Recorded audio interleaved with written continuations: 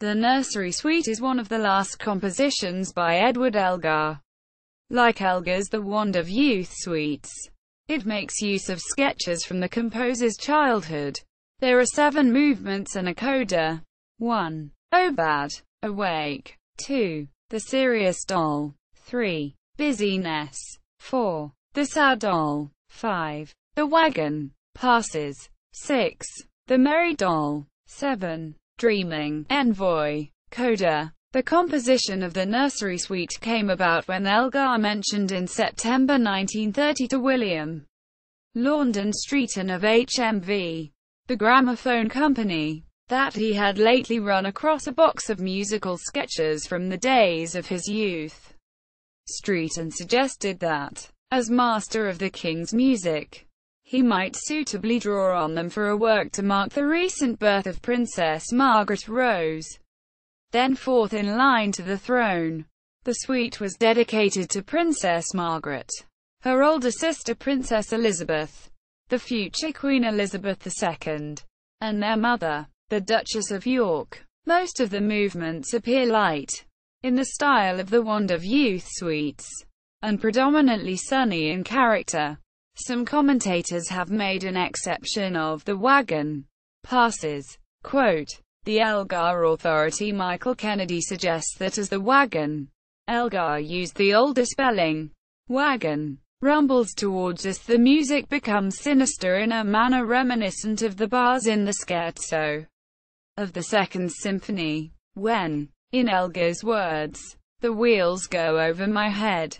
Anthony Payne drew on the form of this movement for the ending of his elaboration of the Third Symphony sketches. The Nursery Suite was one of the first pieces of orchestral music to receive its premiere in a recording studio, Kingsway Hall, London, rather than a concert hall.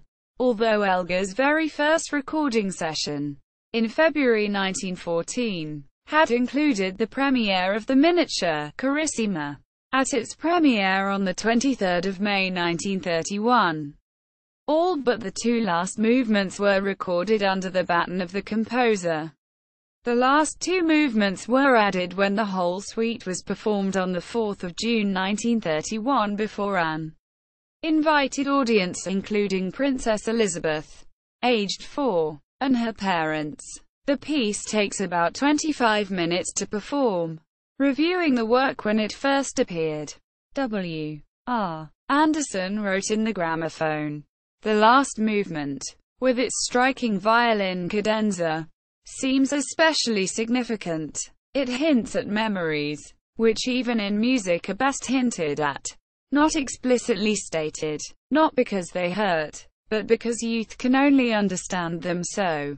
There is the old fire here, with at least 2 movements out of the other 6 showing a freshness distinct from that of the Wand of Youth, with the natural greatness of heart and spirit, something more than any genius can confer, that marks, and has marked through all his life, our beloved Edward Elgar. Quote, the ballet, Nursery Suite, with Elgar's music, choreography by Ninette de Valois and scenery and costumes by Nancy Allen, was first performed by the Vic Wells Ballet, now Royal Ballet, on 19 March 1932 at the Sadler's Wells Theatre.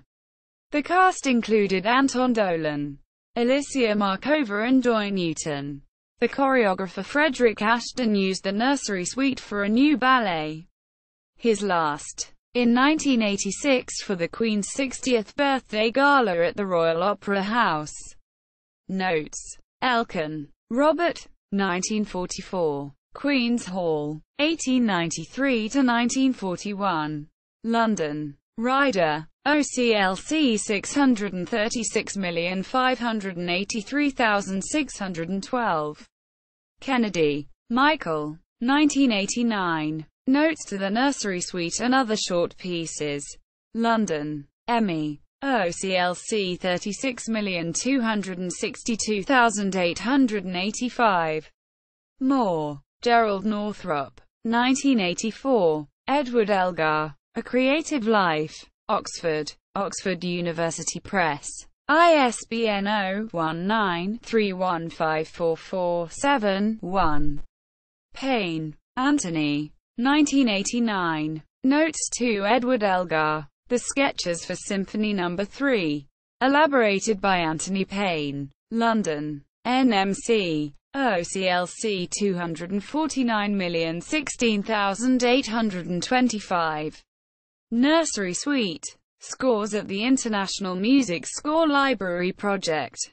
Nursery Suite at All Music. Nursery Suite on the website of the Elgar Society.